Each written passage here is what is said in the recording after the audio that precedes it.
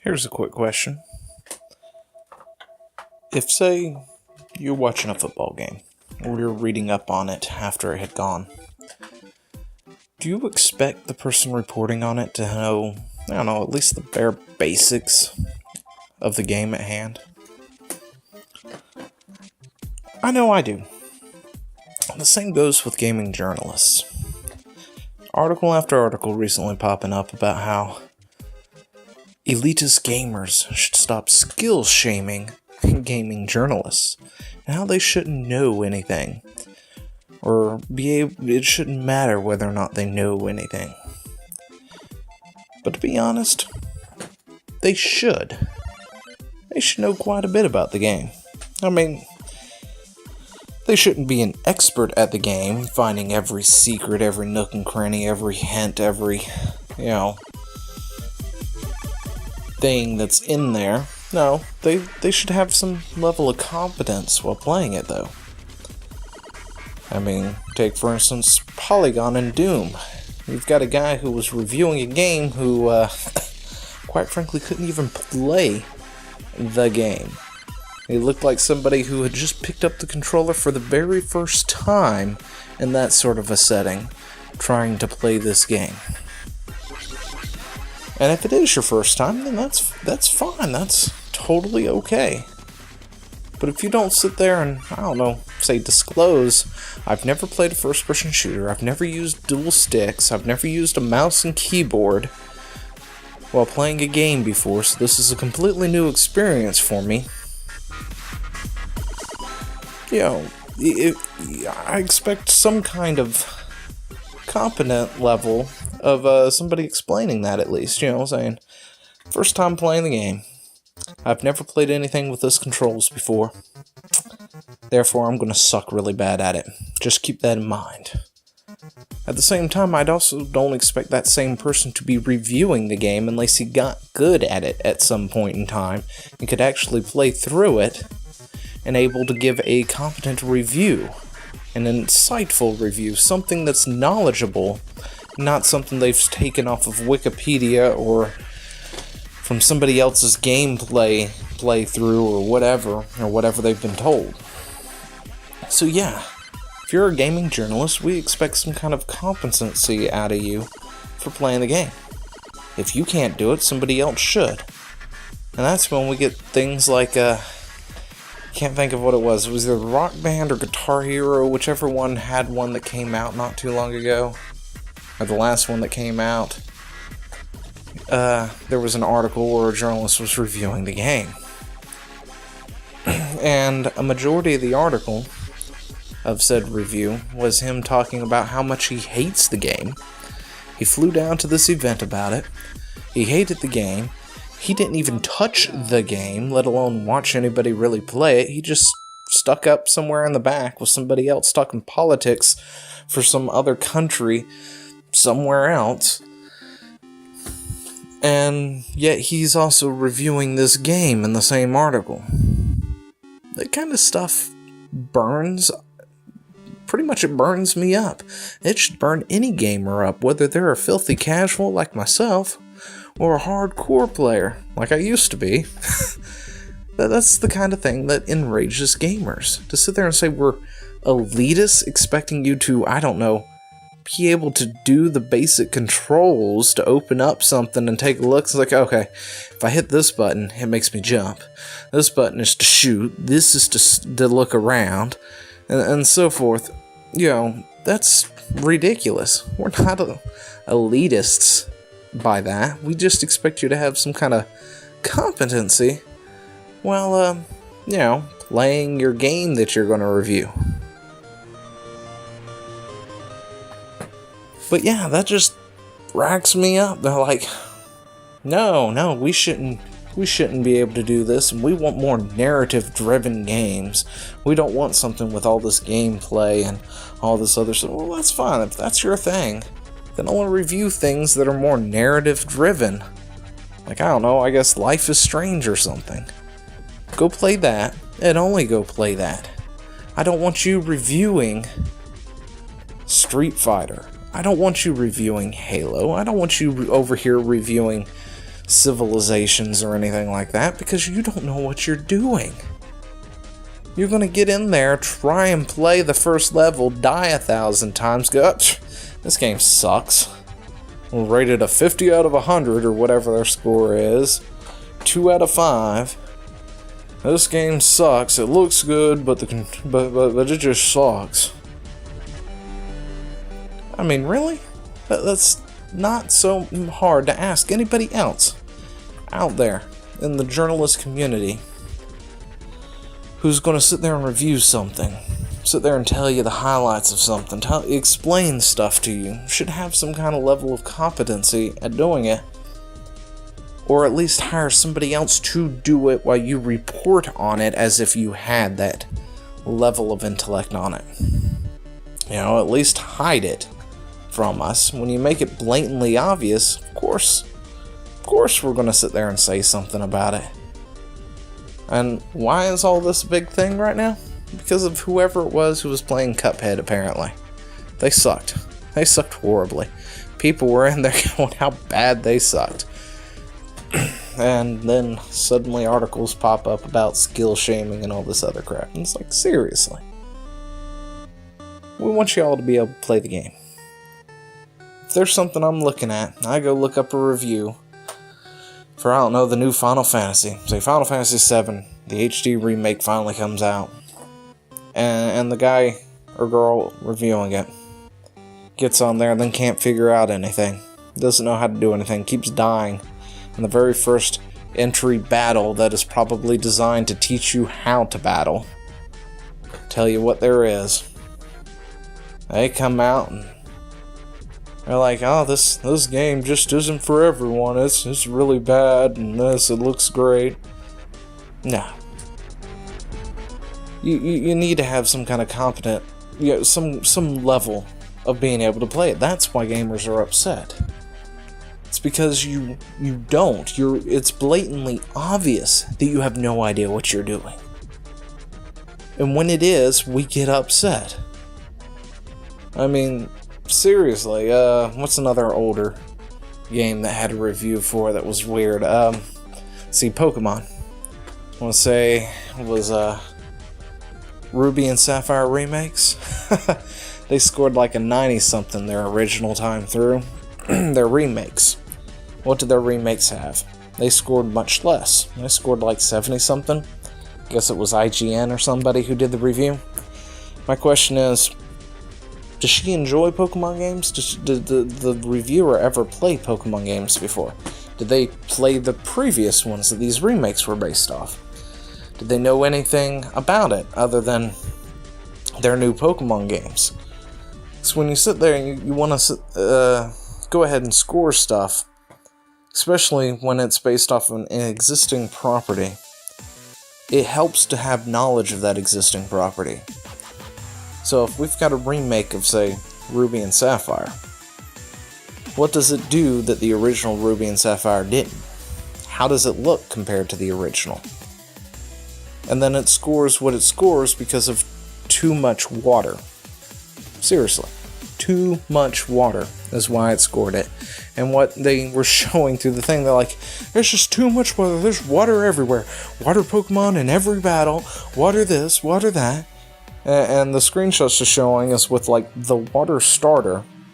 So yes, I guarantee there's going to be a water Pokemon in almost every freaking battle you're in, as long as you have the water starter and they're at the lead of your team. There's always going to be a water Pokemon in the battle. But the setting of Ruby and Sapphire requires a lot of water, based on where they are, based on its original, its real-world equivalent. There's a lot of water there. We're talking about island chains and other stuff. So yes, there's going to be too much water at that point. But when you sit there and you look at, say, the original, what has it done since then? Updated 3D graphics compared to the original. 3D models, not sprites. Music, it's pretty good. It's an uptick from what it was beforehand. The visuals are great. The addition of the new Pokemon mixed with the old Pokemon, it's great. That's good. That should be something in your review to talk about. Is it as good as a game as as its original counterpart? Yes, it is. There's even stuff afterwards, a post game that may have not been there to begin with. Those are things that you should look at, talk about in your review, and base it on that instead of 5 minutes worth of play and saying, "Yeah, there's too much water here." Because journalists don't seem to have this ability to know anything about the property, they can't speak about it intelligently. They can't speak on it, on how it is versus something else. You know, when they do want to base things on stuff, they base it on properties that maybe they have played, maybe they have enjoyed, that are completely unrelated to it as well. Like, for instance, when I was talking about, a lot of them seem to like narrative-driven games and want more narrative-driven games, like Life is Strange. You know, they're sitting there taking Street Fighter and want to compare that to Life is Strange, or something asinine like that. One of the racing games that I can't think of what they're called because I don't play the racing games that much. I mean, just for example, if I was to sit there and make a review for something, I would review something that I'm more passionate about, something I actually understand and like. Because then I guarantee I will go through and I will play through it, I will nitpick and this, that, and the other, all sorts of things, and then I can compare it to something that's already been done, if I'm going to compare it to something. Like Pokemon, for a change. Yeah, I would review the new Pokemon game, thinking of all the previous games, what it's doing above the previous games, what it has added that the others didn't, what it took away that its predecessors had that might have been good. For instance, Sun and Moon. Things I like, new Pokemon, of course. Z items, or Z moves, those were fantastic additions to the game. Things I missed, though, gyms, gym battles. The new Alola battle system is alright and everything, where they do the kahunas and stuff, but to be honest, it just didn't feel as good as if I had badges to go get and gyms to conquer and other stuff. They removed TMs. That's pretty awesome, to be honest. You know, all the other games you've got TMs. HMs. Cut, fly, surf, stuff like that. And in the other games, you usually got a Pokemon or two who are relegated as your HM horrors, and that's all they do. They cut, they fly, they surf, they waterfall, they rock smash, whatever. In Sun and Moon, they did away with it. They gave you the Pokerider. You got the ability to call on a Pokemon and do what you need to do, whether it's smash, strength, fly, surf, whatever. That is a fantastic addition to the game, because no longer are you relegated to having one or two HM slaves on your team. You know, those are things that the game has done good. Like I said, no gym battles. That's more of a personal preference. But the gyms are gone. The Pokepelago. This is a nice little addition to the thing that you never had before, with beans and other stuff that you can collect and Pokemon who will wander about, as well as send them on little missions to get this, that, and the other. Enhanced training. Super training. Not super training. Super training is gone. You don't have that anymore. That is sort of a kick right back. That would be sort of a negative thing. The super training was great. It had never been so easy to train IVs, or EVs in your life until super training came in. It made it super easy. And to be honest, it needs to come back. They did away with it in Sun and Moon, and that would be like a tick in the negative box for it, because it's gone. Now, they do have this other thing, hyper training. I believe is what it was called, hyper training. If you get up to level 100 and you've got a bottle cap, you can change one of the IV values to max of a Pokemon, or if you've got a gold bottle cap, you can do all IV values to max. That's a good addition. That's nice. I just wish there was an easier way to train your Pokemon to level 100 in that game, because unfortunately, it's just not as easy as it had been in others. But You know, those are things that I expect a reviewer to grasp at, instead of saying, you know, there's just too much water. Too much water, so this is not as good as the previous game. Too much water is not even a thing to critique on the game, to be honest. If you're not critiquing the features of the game, you're not critiquing the musical score, the graphics, you know, whether it's running in 60 or if it's locked in 30, if it's 1080p, if it's not, depending on what system, you know, what you're playing on, what you're reviewing for, and things like that. You know, you can review, say, something for the PS3 or PS4, but then you could also have the PC version over here, which is far superior to it for various reasons. You know, and if you don't make that apparent, it's like, you know, I'm reviewing GTA 5 on the PlayStation. You know, and here's this, that, and the other. Now, over on the PC, these things are not an issue because the PC, you can do other things to it, you can mod it and other stuff, and the graphics will be better, the frame rate, you can lock it into another spot, and other stuff depending on your graphics card and things like that. The stuff that you should be reviewing about and talking about. But no. They can't do that anymore for whatever reason. That's just not on their docket. They've got to strike it somewhere. They've only got 5 minutes to look at this thing to make a review and slap it together and send it out into the ether instead of doing an in-depth, proper review of something. Like, you know, it used to be, I guess you can say. But, yeah, should game journalists get good? Absolutely. I don't expect a game journalist who's going to write me a review, who's going to write a score or anything else on a game, tell me about a game, and if they can't even play said game, they have no business writing about said game. To be totally 100% honest. But those are just my thoughts on it, and this is already running a little bit too far. So down in the comments below, why don't you tell me what you think? Should game journalists get good? Should they get some skill?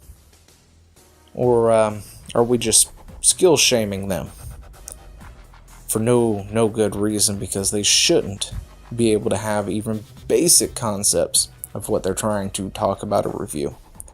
So let me know down in the comments below. Till then, see ya. Hey, thanks for watching. Don't forget to leave a comment, smash that like button, and always subscribe for more. And of course, there are other videos floating around somewhere on the screen, so click one of those and see if you can find something that suits your fancy. Till then, I'll see you later. Bye.